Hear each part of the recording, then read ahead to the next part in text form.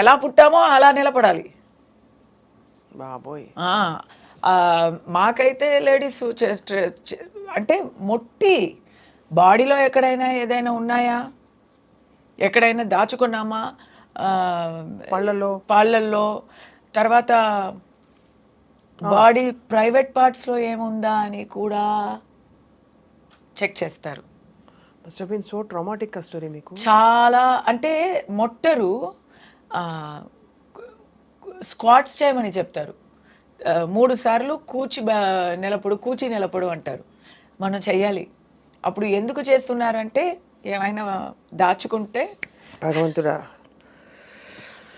ఏవైనా దాచిపెట్టుంటే అది బయట వచ్చేసి ఇది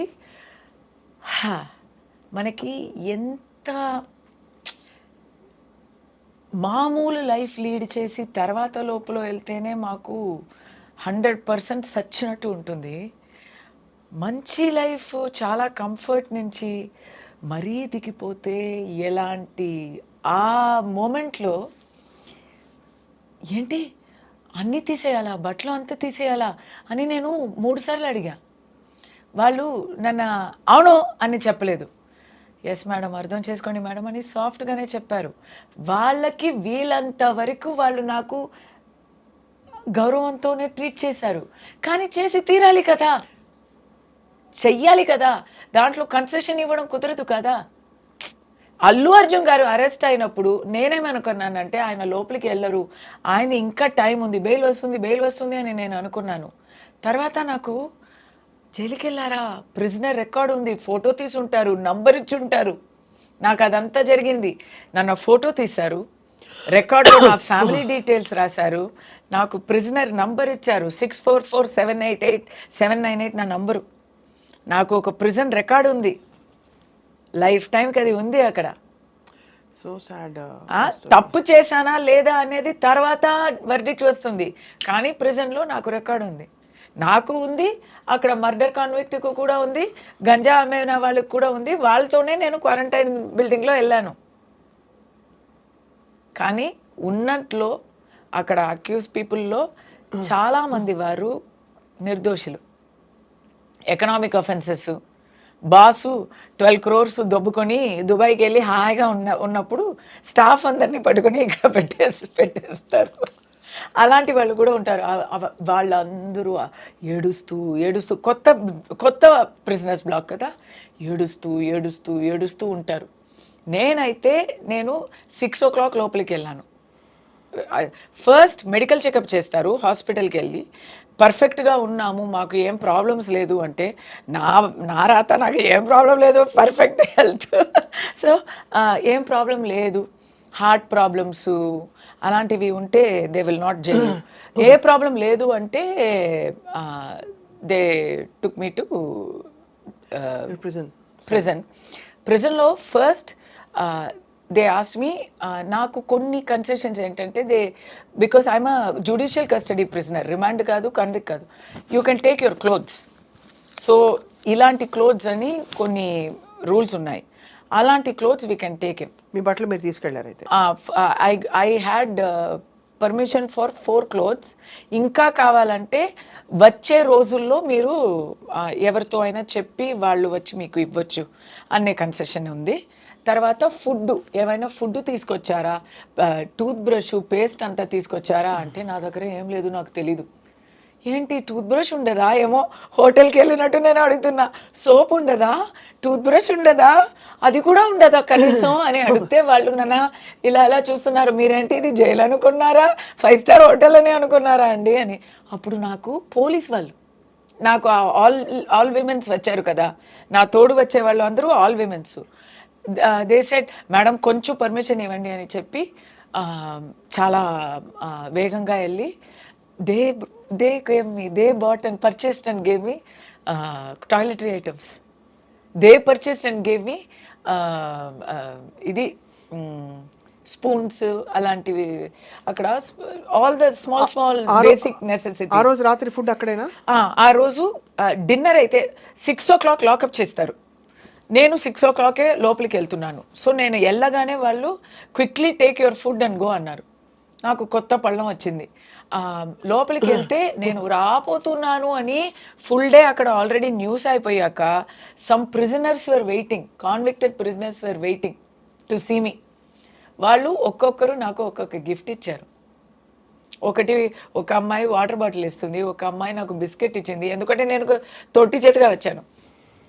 ఒక అమ్మాయి వచ్చి మీకు బట్టలు కడిగి ఇవ్వాలా, నాకు చెప్పండి, మీరు ఏ ప్రాబ్లం, మీరు ఏం చేసుకోక్కర్లేదు అన్నారు. ఏమైనా దుప్పటా కావాలా అన్నారు. దిండులు ఇవ్వరు, దిండులు ఫర్బిడన్. సో నాకు ఏం అడగాలి, ఏం కావాలి అని కూడా నాకు ఐడియా లేదు. నేను ఇలా ఒక జాంబీ స్టేట్లో ఉన్నా. నాకు ఇంకా నమ్మకం కూడా రాలేదు, ఇది మాకు జరుగుతుంది అనేది కూడా ఏదో కలల్లాగా ఉంది. సో నేను అలా వెళ్ళిపోయాను. ఏడవలేదు, ఏడవడానికి కూడా ఒక హిట్ అవ్వాలి కదా, అంతా కూడా నాకు నా మీద కాబు లేదు. అలా వెళ్ళాను. పళ్ళంలో వాళ్ళే ఏదో ఇచ్చారు, శనగలు ఇచ్చారు, చాలా బాగుంది. నేను చాలా ఎంజాయ్ చేసి తిన్నాను. చాలా ఆకలి మార్నింగ్ నుంచి నాకు. పోలీస్ అమ్మాయిలు they gave me food also, they gave me sandwiches, కానీ అది లోపలికి తీసుకోవడం not permitted. Only jail food is permitted inside jail, this cannot go inside అన్నారు. కాబట్టి నేను ఇలా అలా చూస్తే దే సెడ్ పర్లేదు 5 minutes ఇస్తాము, అది తిని లోపలికి వెళ్ళండి అన్నారు. కంగారుగా ఆ శాండ్విచ్ని తిని నేను లోపలికి వెళ్ళాను. ఆ రోజు నాకు ఆకలి లేదు, కానీ నైట్ భయం వేసిందా?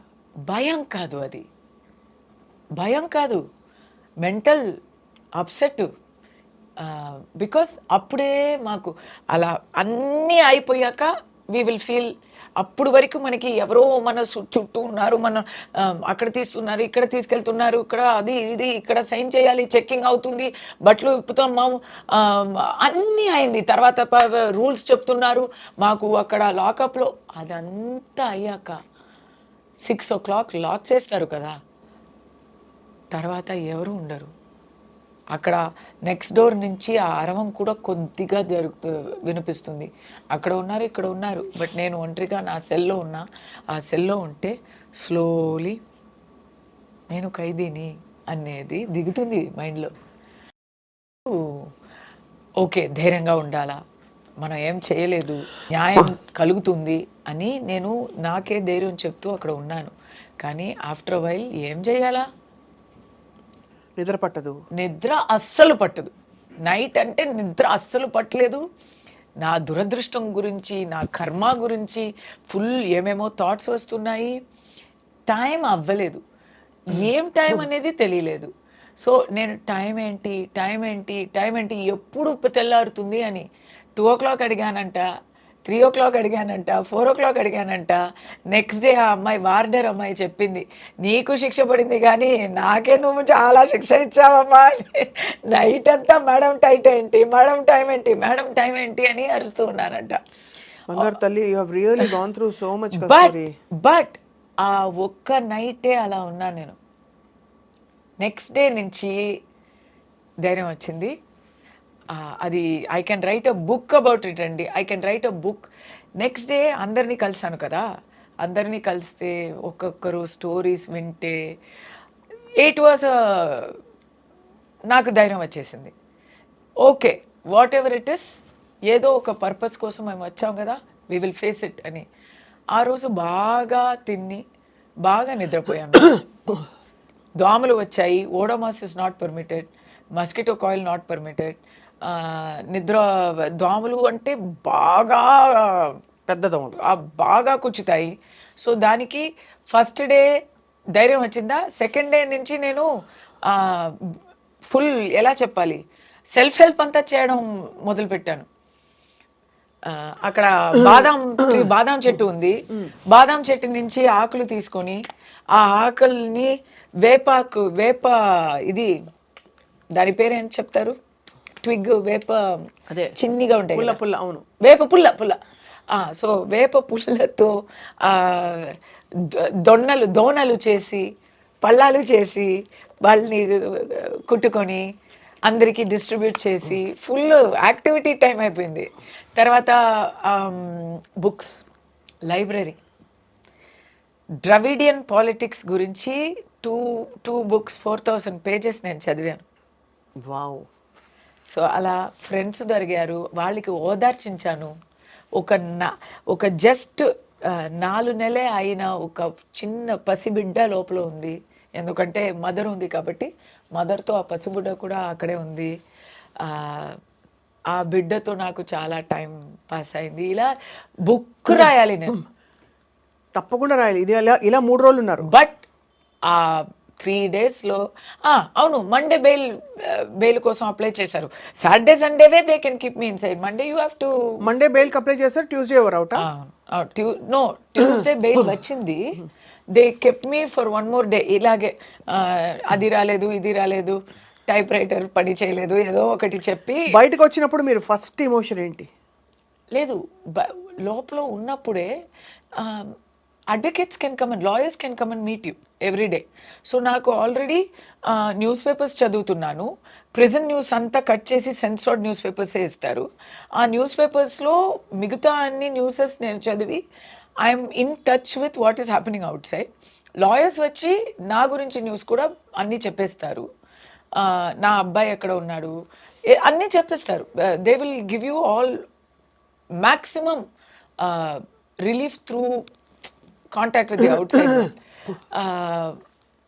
మండే మీకు వేసేస్తాము. ఒకే ఒక ప్రాబ్లం జరిగింది. నేను లోపలికి వెళ్ళినప్పుడు 3 lawyers, restricted number of lawyers are able to see me every day and it is only for 2 hours a day, that is in the afternoon. కస్తూరికి నేనే లాయర్ అని చెప్పి ఎవ్రీడే ఎవరెవరో వస్తూ ఉంటారు. ఎవరెవరో వచ్చి ఊరికే నన్ను వచ్చి చూసి నేను మీ ఫ్యాన్ అండి అని చెప్పి, తర్వాత బయట వెళ్ళి కస్తూరిని కలిసాను, నేనే లాయర్ అని చెప్పుకొని, ఇలాంటి పబ్లిసిటీ పీపుల్ ఉంటారు. సో ఫస్ట్ డే అలా అయింది. నా లాయర్స్ వచ్చి లాస్ట్ మినిట్లో వచ్చి నేను బతిమిలాడి, మేడం వాళ్ళే నా లాయర్స్ ప్లీజ్ అని చెప్పాలి వచ్చింది. నెక్స్ట్ డే నుంచి ఈ ప్రాబ్లం వస్తుంది అని ప్రిజన్లో నన్ను అడిగారు, మీ లాయర్స్ పేరు చెప్పండి అని చెప్పాను. ఆ పేరు అంతా రాసి బోర్డులో పెట్టేశారు. మీ పేరు ఇది, ఐడీస్ చూపే కానీ మీకు అది కామన్ సెన్స్ పాయింట్. యాక్చువల్లీ అది ముందే చేయాలి వాళ్ళు. నేను కూడా చెప్పి ఎవరన్నా వచ్చి మీ లాయర్ అని చెప్పొచ్చు. But 3 days after now you're out. No, అప్పుడు 3 daysలోనే నాకు చాలా I learned couple of lessons. First lesson I learned is Kasturi అంటే ఎవరితో అయినా ఎలా అయినా ఉండగలుగుతుంది. She's a very simple person. నాకు లైఫ్ స్టైల్ చేంజ్ అని ఏం లేదండి. ఎలా ఉంది లైఫ్ స్టైల్ అంటే ఆశ్రమ లైఫ్ స్టైల్ లాగా ఉంది. ఒక ఆశ్రమంలో మీరు వానప్రస్థంలో వెళ్తే ఒక ఆశ్రమంలో ఋషిలో ఎలా ఉండుంటారు పాతకాలంలో, అలా ఉంది. మీరు ఎనీవే బిగ్ బాస్కి వెళ్ళి వచ్చారు కదా. అయ్యో, బిగ్ బాస్ కన్నా ఇది చాలా బెటర్గా ఉంటుంది ఎక్స్పీరియన్స్. జైలుకి వెళ్ళడం. అయ్యో, జైలు super compare to Bigg Boss. అవునా? అవును. ఎందుకు అంటే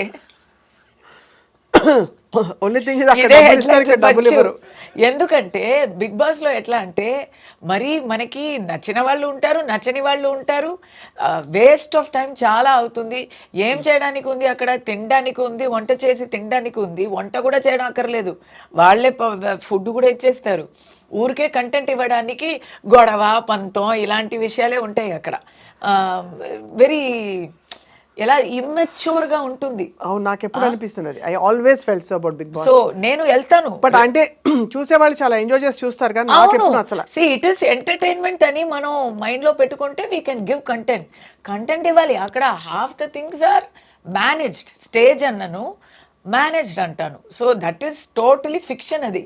బట్ లోపల ఒక బుక్ ఉండదు, ఒక పెన్ ఉండదు రాయడానికి.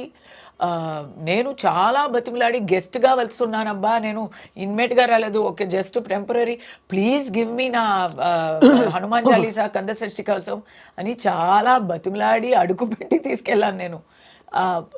There will be no constructive option. మీకు మిమ్మల్ని బెటర్ చేసుకోవడానికి తెలుగులో అయినా జిమ్ అయినా ఉంది, ఎక్సర్సైజ్ అయినా చేయొచ్చు. తమిళ్లో జిమ్ కూడా లేదు. ఎందుకు మీరు ఎక్సర్సైజ్ చేస్తే మైండ్ క్లియర్ అయిపోతుంది, ఎప్పుడు గొడవనే పెడుతూ ఉండాలి అని వాడు. జిమ్ ఎందుకంటే ఫస్ట్ సీజన్లో ఎవరో ఎలా ఏం మాట్లాడినా మాకేంటి అని జిమ్మే చేసి సెకండ్ వచ్చారంట. అక్కడ జిమ్ తీసేశారు. ఓన్లీ కాంట్రవర్సీస్ మాత్రమే ఉంటాయి, చర్చలు ఉంటాయి. ఎక్కడైనా టీఆర్పీ తగ్గితే వాళ్ళు మమ్మల్ని పిలుస్తారు. బిగ్ బాస్ ఆ రూమ్లో పిలిచి కమల్ గారు అప్పుడు హోస్ట్ చేసేవారు. మీరు బయట మాట్లాడుతున్నట్టు బోల్డ్గా లోపల మాట్లాడలేదే, చాలా కైండ్గా సెన్సిటివ్గా ఉన్నారే అని అడుగుతారు. అంటే మీరు చాలా అరవాలా, ఏదైనా పెద్ద కంటెంట్ ఇవ్వాలా, ఒక నోరు జారితే మేము కూడా అని ఒక ఇది. అని ఇలా అది. సో బిగ్ బాస్ పులికి. అండ్ ఇంకోటి ఏంటంటే నాకు ఏసీ అది. నేను పాపం ఇక్కడ లోపల అయితే లోపల ఉన్నాను కదా, బిగ్ బాస్లో అయితే బయట ఉన్నాను. అంటే I can not sleep in that AC. అదే కదా. ఆ ఏసీ వచ్చి అలా చెప్పకూడదు కానీ మార్గులో ఉన్న ఏసీ లాగా ఉంటుంది అది. మా ఎలుములు అంతా అలా చల్లగా అయిపోతాయి. అంత ఏసీ వేస్తారు. ఇప్పుడు ఎలా ఉందో తెలియదు కానీ నాకు వేశారు. మీకు అదే అబ్బా, అంత చలిగా ఉంటే నేను ఎప్పుడు బయటే వచ్చి పడుకుంటాను. వేరే ఏం చేయాలి? So no, there is no construct. ఇప్పుడు జైలు అయితే ఫుడ్ ఇస్ ఆల్సో క్యూరేటెడ్. నాకు Tamil Nadu, but food is also curated. పర్ఫెక్ట్గా ప్రోటీన్, ఎన్వి, కార్బోహైడ్రేట్స్, వైటమిన్స్ అని it is a dietary chart ప్రకారం ఇస్తారు. అందరికీ అదే ఫుడ్. ఇన్ రిమాండ్ ప్రిజన్ అందరికీ అదే ఫుడ్, అదే ట్రీట్మెంటు. ఇట్స్ అ వెరీ బాగానే ఉంది. లైబ్రరీ ఉంది, స్కూల్ ఉంది. అక్కడ మీరు కావాలంటే డిగ్రీ వరకు చదవచ్చు జైల్లో. అది చెయ్యొచ్చు. వొకేషనల్ ట్రైనింగ్ ఉంది చాలామందికి.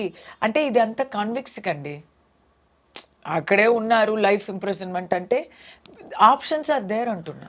సో ఎనీవే, బిగ్ బాస్ అన్నారు కాబట్టి నేను అది చెప్పాలి వచ్చింది. కానీ బట్ ఓవరాల్ గా I think you had a very very, అంటే నాకు అది నాకు గుణపాఠం, నాట్ గుణపాఠం, నాకు అక్కడ ఒక ఎక్స్పీరియన్స్, ఒక అనుభవం, ఒక పాజిటివ్ ఎక్స్పీరియన్స్. ఎందుకు వచ్చిందంటే నాకు ఏం తెలిసిపోయిందంటే ఐఎమ్ అ బ్రేవ్ పర్సన్.